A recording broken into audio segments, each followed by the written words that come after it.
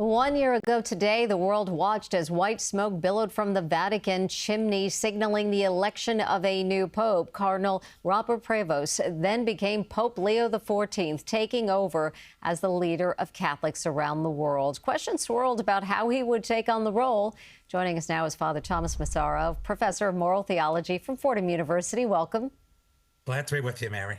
Let's start with the day of his election. I had the opportunity of being in the crowd at the Vatican when he walked out on the balcony, and the world realized that we had our first American pope. Looking back, how significant was that moment?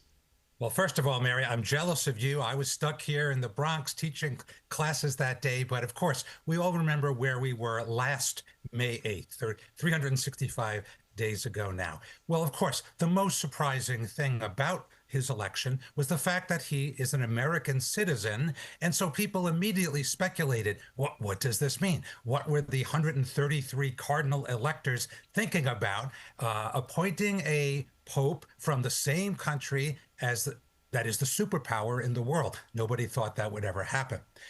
In the days since then, I see that issue as having kind of faded away, Mary. He operates as a universal pastor of all people, no special concern for the United States. In fact, most people say he was chosen despite his American citizenship. After all, he spent most of his adult life either in Peru or in Rome or traveling the world. So, yeah, that hasn't been the issue that we thought it would be. Yeah, they were saying his resume was more important than his birth certificate. But I was quite stunned, honestly, when they announced an American pope. For a long time, there was that belief that we would never have an American as pope, but giving the United States too much influence.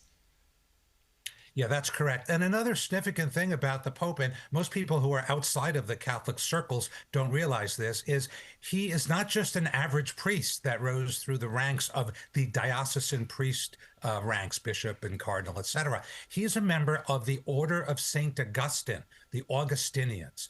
And they have a very distinctive spirituality that's centered on love, unity of the church, and trying to make a spiritual impact in the world. And by the way, Pope Francis, his predecessor, was a Jesuit priest. I am a Jesuit as well here at Fordham. And so we have our own distinctive spirituality. So we've had two popes in a row that bring membership in a religious order, a congregation that brings their own special concerns. And in the case of Leo, it's love, peace, and unity.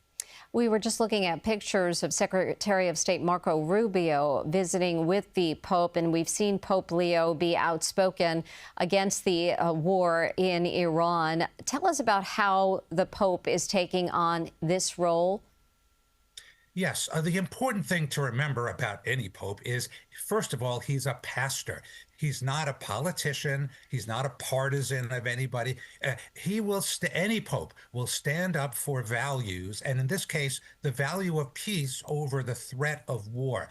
So there are so many built-in moments in the papal schedule, what the Pope does day to day, where he has an opportunity to weigh in on values. So shortly after the new year, he gave the annual address to the 184 diplomats from around the world who were assigned to the Vatican, the Holy See. And he talked about peace. Now, most people who know anything about the papacy knows this is what popes do all the time.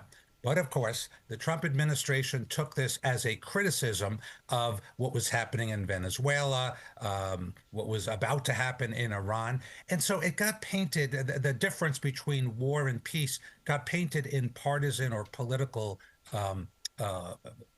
colors, and therefore it led to some exchanges of words. Yesterday was a very good day, Mary. Marco Rubio, our Secretary of State, a very reasonable man with great experience in foreign relations from his Senate time, met very cordially with Pope Leo and then with some of his advisors. And I believe we're on the way to less kind of vituperative or angry exchanges of words, at least hopefully on the part of President Trump. Father Thomas Massaro, professor of moral theology from Fordham University, thank you so much for taking some time. Thanks, Mary. We appreciate it.